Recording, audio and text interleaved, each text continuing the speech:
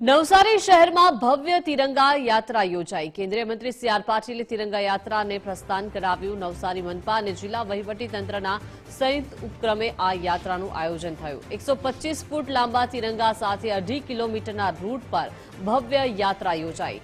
તિરંગા યાત્રામાં વિવિધ કૃતિઓના ટેબલોએ આકર્ષણ જમાવ્યું તો તિરંગા યાત્રામાં નવસારી શહેરના લોકો ઉત્સાહભેર જોડાયા હતા। પીએમ મોદીના વિકસિત ભારત સંકલ્પને મજબૂત કરવા સી આર પાટીલે અપીલ કરી।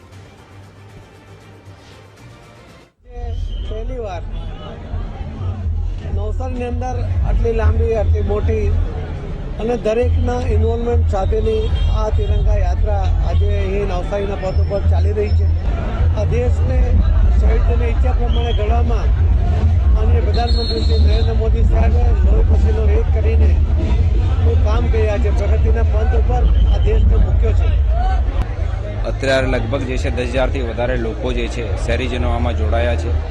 દરેક સમુદાયના દરેક વર્ગના અલગ અલગ વેશભૂષામાં પણ જે છે લોકો આવ્યા છે।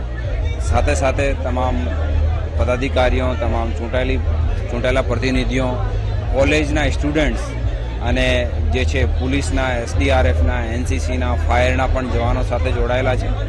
એક બહુ જ સારો જે છે આજનો આયોજન અત્યારે કરવામાં આવી રહ્યો છે।